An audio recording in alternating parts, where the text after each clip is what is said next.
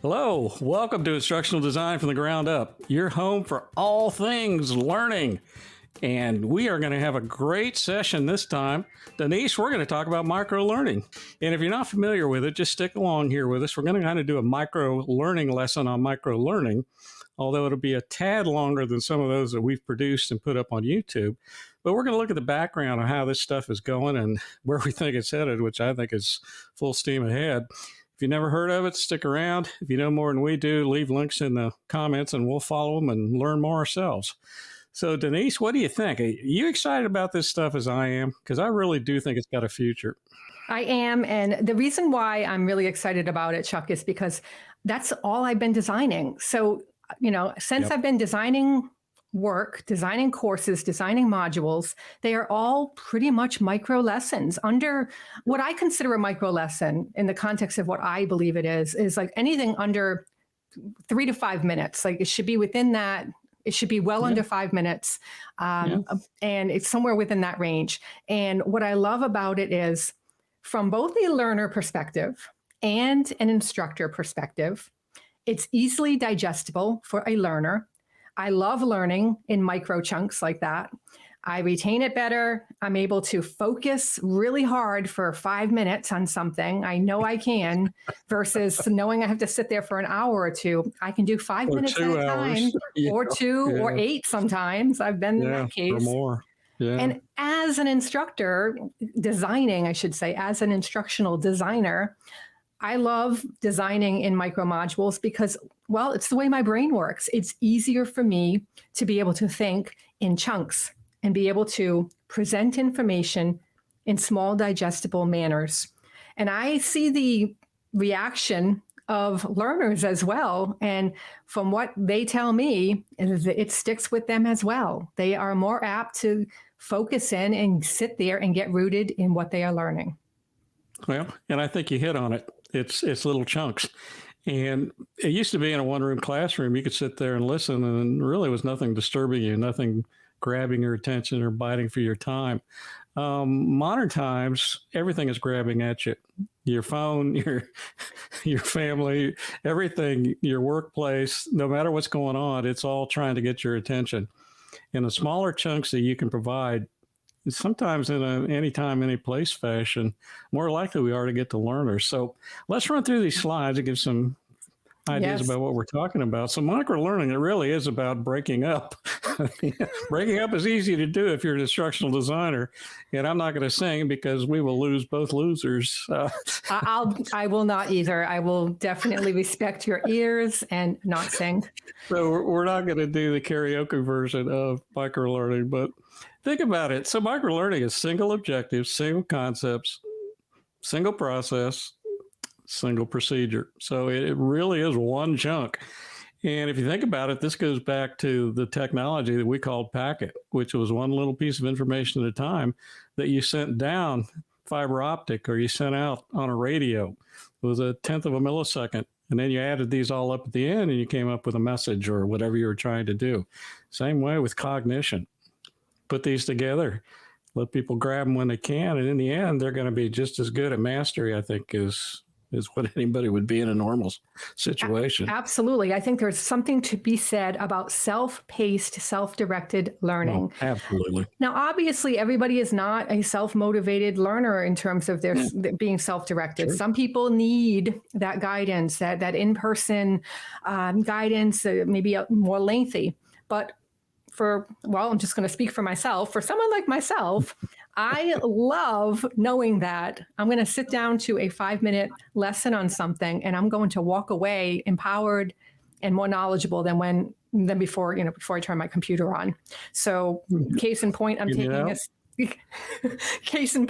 this course right now on fast reading. Okay. It's with Jim Quick. And I love the guy. I think he's great. I think he's really great at putting micro modules together because it's exactly what his lessons are like. And I know that every day I can sit there for 5 minutes and learn something. That's it.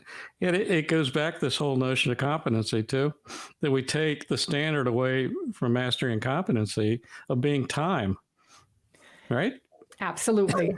Yes, This that is about time. mastery. It's not about how long you sit in front of the computer or sit in the classroom. It's about whether you can master the content. Right. So micro learning is one of those chunks. And I And I agree know with you. that some people are going to challenge us on, well, can you really learn and master something in small chunks? What would you Yes. say to somebody like that? Yes. Absolutely. Yes. One word from Chuck there. Well, Yes. let's show it. Let's show you how that's done. So as we go into this next slide, what we're going to see the advantages. First of all, it's just in time. All right, you no longer have to schedule something. You can put it up in a format that allows a learner to grab it when they want to grab it. So we do it on YouTube, Instagram, whatever. But this can be within an LMS or whatever you want to do. Anytime, anywhere. Yep. I'll be sitting on a beach, sipping a You know, pina colada you if I can be wanted sitting on a to. plane. You can be on a cruise. Spoiler alert: if you're on a cruise and doing a lesson, why don't you call us? We'll get you some help. But really, Well, bring us along. anytime. We'll teach you. Yeah. So smartphone accessible. Everybody's got a smartphone, and geotag adaptable. Now, here's something that people don't really think about, but we were onto this about 10 years ago in apprenticeship. Think about this in terms of objectives, if you'd like. So let's say your course has 10, 15, 25, 30 objectives. Each of those has the potential to be what, Denise? It's one micro lesson, Absolutely. one learning moment that you can now break up, and you don't have to have consecutively and in a linear fashion in a classroom or an LMS or anywhere in real time. You can take those 25 modules or 10 modules, whatever it happens to be, at your own pace as a learner. And then you can go back and review them if you want to. You can put them in any order usually that you want to, as long as you end up at the end and make sure that you've covered all of them. And it really is a different way to learn and design. It is. And I know we're talking about sort of e-learning at this point, and this can be done in person as well, right? I mean, Oh, micro absolutely. learning can be done in a learning environment. I think the application that people think of the most is e-learning, an e-learning environment, but it can be also done in person environments where you're in a classroom and you're teaching something you're teaching something in 5 minutes, and then they go apply it. Yeah. I mean, this is apprenticeship rule 101 is you show and then you apply. You show, you apply. You show, you apply. You demonstrate. You have students demonstrate. You give feedback. That's a micro lesson. That's a micro module. Absolutely. That's micro learning. But we've just never thought about it this way. And once you start to think about it, then it all makes sense. And you don't feel so constrained about having to think about 60 minutes, 90 minutes, 2.5 hours, whatever your traditional time span is for one-on-one learning or classroom learning. It just changes your whole perspective on stuff. Mm-hmm. So let's see what the next thing is. So let's look at some examples. You have a 1 hour course, you have a 1 right? hour course, 10 enabling objectives. All of you should know at this point what those are. Each of the 10 objectives are designed as a separate micro module. Not a big deal. And there you go. Off they go, 1 to 10. They can be offered as standalones. Don't need to be taken at the same time at all. I mean, you're, once again, anytime, anywhere. 1 hour course becomes how many 5-minute modules? 5 just depending on how long 60. it takes you. Yeah, I mean, we can do the math, but the point being, you do it over a week. What do you have to do? 10 minutes a day at most? Exactly. And that's exactly my experience with this quick reading class. 5 minutes a day, right? And then, of course, I apply it. I apply what I'm learning. So I do that on my own time, maybe another 5 or 10 minutes throughout the day.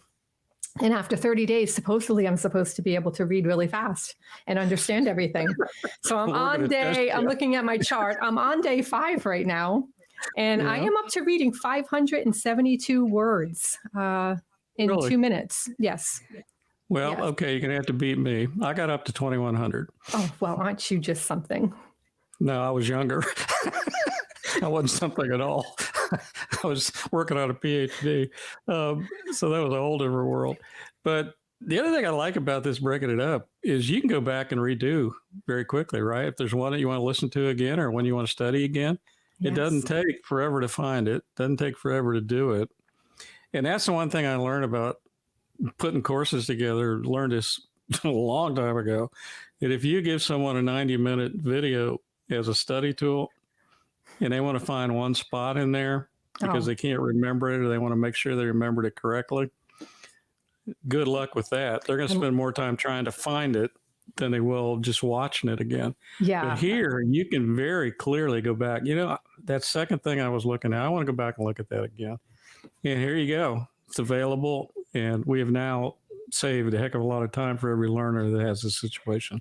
And I have to say, as an instructional designer, and I've had this experience where if you create micro modules for learning lessons, so I wrote this, I did this course, I wrote this writing course.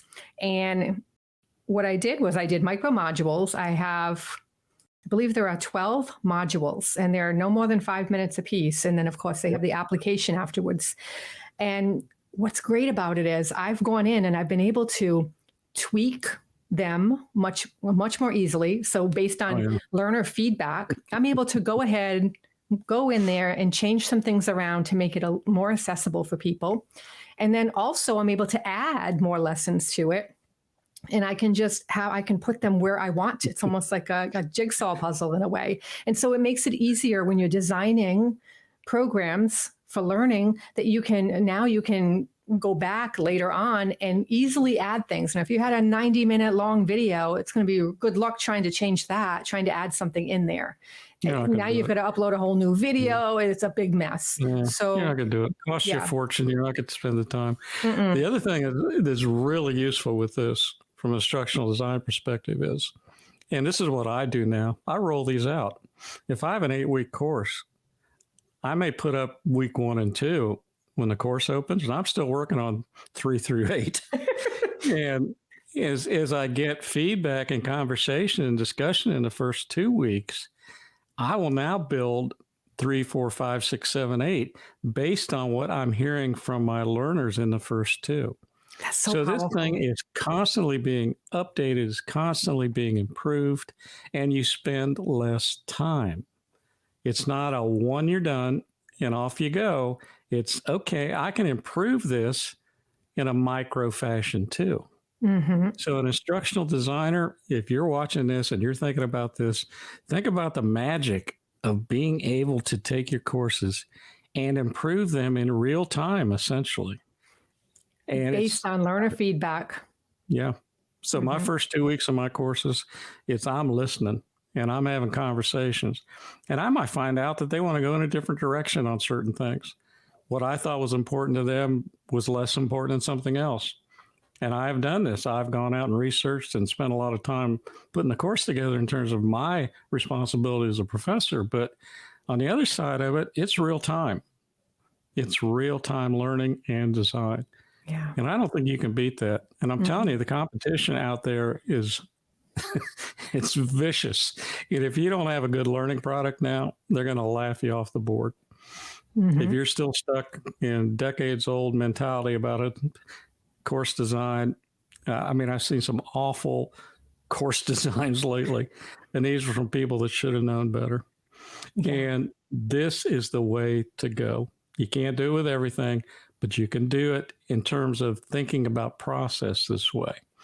So don't get stuck in the old box, jump out of it, start dancing, do karaoke, and think about this is it, micro learning, micro designing, micro evaluation. Yeah, micro evaluation. Now that's a term. What do you mean by that? That's a term. Micro evaluation is the fact that you can do formative evaluations, objective by objective. And if you find out that you're having a population that's stumbling on something, you can go back and revisit that very quickly instead of waiting till the end of the course, which is what a lot of stuff is now, right? Midterm finals, or just take this thing at the end. Well, the end might be a week later, a month later. Now, if you got micro evaluation, micro judgments of mastery, you can find out very quickly where your population is. That's better for you. It's better for them. It's a better package. It's about real-time learning. And once again, is you're able to look and see what's going on. And all designs are not perfect, and all learners are not perfect. So you find that chemistry, but the quicker you can adjust that as a designer, come on, that's what you want to do. It's agile. It's agile. It's producing agile. Agile is interesting too. We will do an entire show on agile. I think this is the agile, if you want to look at it that way. And you don't. So let's look at an example. Denise has done 50,000 of these, and she's so darn good at it now. So let's look at one of these. I think you're going to enjoy this. Pay attention.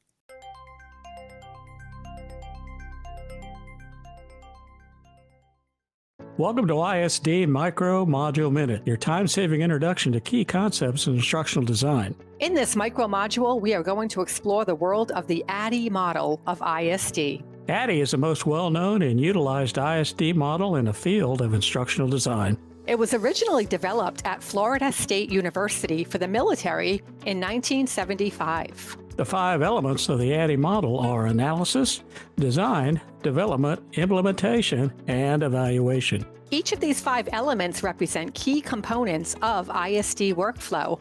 While an instructional designer will likely use all of these elements in the course design process, they are not designed to be used sequentially in the course design process. It is also perfectly acceptable to add or subtract design elements as the process demands. While there are literally hundreds of ISD models, ADDIE is by far the most recognized and utilized. If you are interested in more information on the ADDIE model, be sure to check the videos linked below. You can also review the books linked below for more detailed background and information on ADDIE. This has been another Micro Minute lesson in ISD. Look for more Micro Module Minutes here on our channel.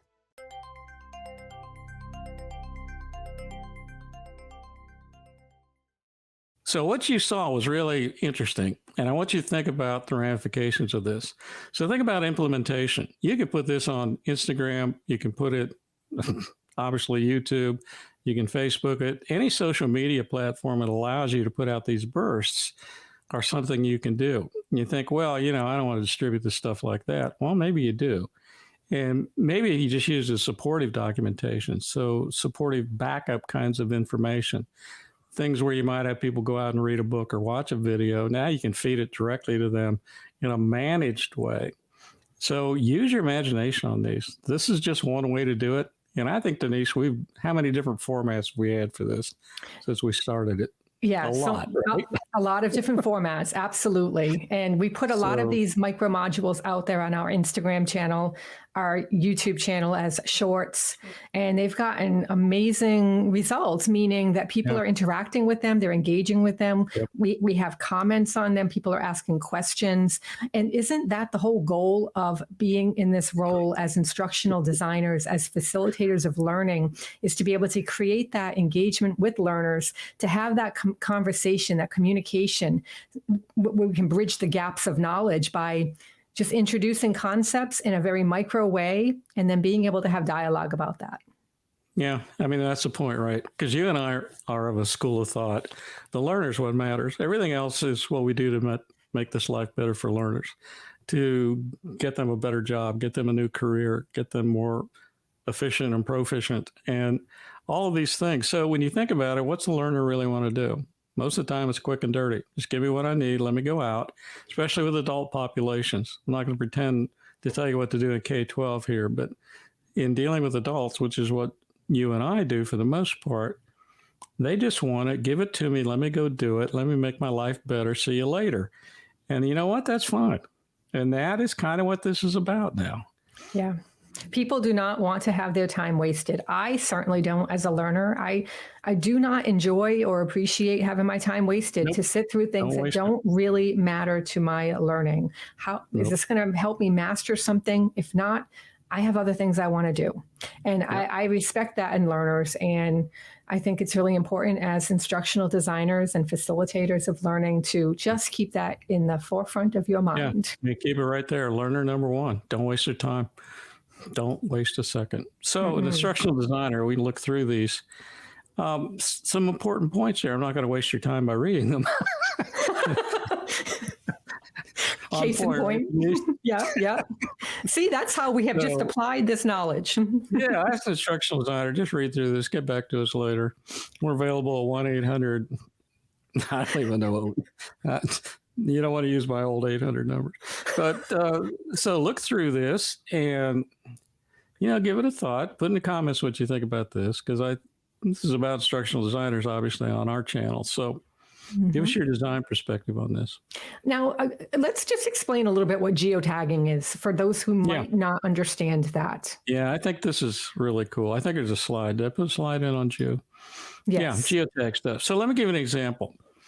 I worked on an apprenticeship for escalator and elevator repair and installation for an apprenticeship. This was all across the country. Really cool project. I'm not going to say who it was with because it doesn't matter who it was with. But one of the things that we found out in working on this project is that a lot of this equipment was geotagged. And by geotagging, I mean when you walk up to it, if you have the right software on your phone or on your laptop, it pops up and tells you all you need to know about this machine. So it has the serial number, it has the last time the firmware was updated, it gives you a maintenance record. And if there's a problem, if there's a consistent problem with this particular model or this particular location, it pops up with, okay, this has been happening a lot here. If you need a schematic, you push a button, up pops the schematic. If you need to talk to a technician at the manufacturer, hit the chat button. All this based on geotagging, which is a location tag that sends out information. It's a brother or sister to what you have on your credit card or what you have if you have Easy Pass. It's bursting information. And think about how useful this is across fields, not just an apprenticeship, but think about HVAC repair people, or think about people working in very sophisticated technical environments where they don't have the time to run back somewhere and get a blueprint, or they don't have time to figure out when the last time this thing was serviced or was a history of problems on it. So as an instructional designer, where you build this in is when you're teaching this, you also teach this process of being able to access this information. So the more that's available to them without them going to get it, the more they can focus on fixing the problem or installing a product. And to me, that savings as an instructional designer is crucial. So you build in the geotag approach, and now you're teaching operation of a product and software and how to get what you need to get the job done. So here's another micro application, and it's perfect. If you've never seen it, it just makes your head spin because it knows more about you sometimes than you want to know. Well, Chuck, you were out here 6 weeks ago and you didn't really fix it, did you, buddy? Like and so you spies gotta, in the sky. yeah. So sometimes you don't want to know what it does, but nonetheless, so this geotagging stuff fits perfectly with micro learning and micro mastery and all these other things. Excellent. Thank you for explaining that. So endless application, efficient design, quick updates on content. And one thing that I really look at now is I want to be able to change content on the run. I want to be able to do it. I want to take it offline, put it back online 30 seconds or a minute. That's what I've been doing. So I know it can be done. And this allows you to do that. And the last thing, which I know you and I agree on, is learner-centered. So if you have a population that fits with, you have a content area that lends itself, think about it. Not everything is for micro modules, but a lot of stuff is, especially when you think about intro level content in very applied fields. And even if you're thinking about social sciences or the hard sciences or anything else, there's a lot of stuff students and learners have to do before they get to the areas where you want to be one-on-one and have those discussions. There's a lot of really foundational information that this fits perfectly with. And I think it's got a future there. So yeah. It's a good start. It's a good starting point too, right? For so I'm thinking about maybe it's a course that is very in depth and it's not going to be an entire micro module. Maybe there is some extensive learning, in-depth learning, time needed. Well, the other thing about this, which I think is so incredible, and now we're starting to see this, some of my PhD students are starting to look at this. And I'm not going to say what fields you're in because it doesn't matter at this point. Mm-hmm. But not only is it about the instant learning moment, this is about what happens post whatever. So you now have your terminal degree, your master's degree, your certificate, or your undergrad, or your community college degree, whatever you have. And now you're out in the field and you have not thought about a particular thing for a while. So in healthcare, it's patient care. Okay, I've not had this situation since I was in nursing school, or I have not had this situation since I was in medical school. I'm now going to walk in and do bedside with somebody in this situation. How can I refresh that learning memory? How can I go back? Also, it's probably been updated since you took it originally. So now I can stand outside the room with my smartphone and punch in and say, oh, that's right. And now I've got confidence to go back in that room and do bedside the way it's supposed to be done, or whatever scenario we're talking about. And it's so incredible. We're now talking about learning that stays with you. It's not just about the learning moment. It's about the learning history and what happens after that, and updating it and keeping it current. So I pick it up and look at it. Okay, here's the latest and greatest as of 5 minutes ago sometimes. When you're looking at statistical stuff, healthcare, that stuff changes every 5 minutes, some of it. Mm-hmm. And you've got to be okay with that. And if you don't have an easy way to move that along the line, you're going to be behind. So don't think of it just as learning. Think of it as a life association with learning. This whole continuum of this is where I get my information. They taught it to me. I mastered that. Here's what's changed that I need to know about. Yeah, and it's really important, like you said, to think about how you can apply this in your life, even if you're not doing instructional design. If maybe you're a learner and you're watching this video and you want to be able to take something away from this, it's the fact that anything you do in life, if you chunk it down into micro doses, micro lessons, it's easier to retain, but also it can think about, like, if you're in the kitchen cooking and you just need, you're making a recipe of chocolate chip cookies that your grandmother gave you. And, so, it's a big complicated recipe, but there's that one piece. How do you sift the flour correctly? And imagine there's micro modules on how to sift flour correctly that you can access like that in an instant. Yeah. And now you can make these cookies so delicious and perfect, just like grandma made. So think about how you can apply this to your everyday life and ways that you can improve your own life by even creating these micro modules for yourself. Yep. And it's everything from cookies to brain surgery, literally. I mean, this is how this is being used now. So if you think there's a field or a content area that this isn't really appropriate for or useful for, let me know, because I don't know of it yet. I mean, the most technical things and the most simple things. It's about process and how you design and how you provide lifelong learning. And I think it's here to stay. There'll be something later that's greater. And we'll, if I'm still around, we'll talk about that. But at this point, as a designer, you need to be thinking about chunking stuff up and get out of the old school of the one-room schoolhouse. We're now in the micro-digital age, and this is how we think about design. So we really do appreciate you joining us. We hope you like this module. Let us know below what you think, and we'll be around next time with something exciting for you to think about, I hope. Yes, and if you did find this video helpful, please like it. Please subscribe to the channel. All that helps with the YouTube algorithm, and it helps people find our videos. So thank you so much for your support.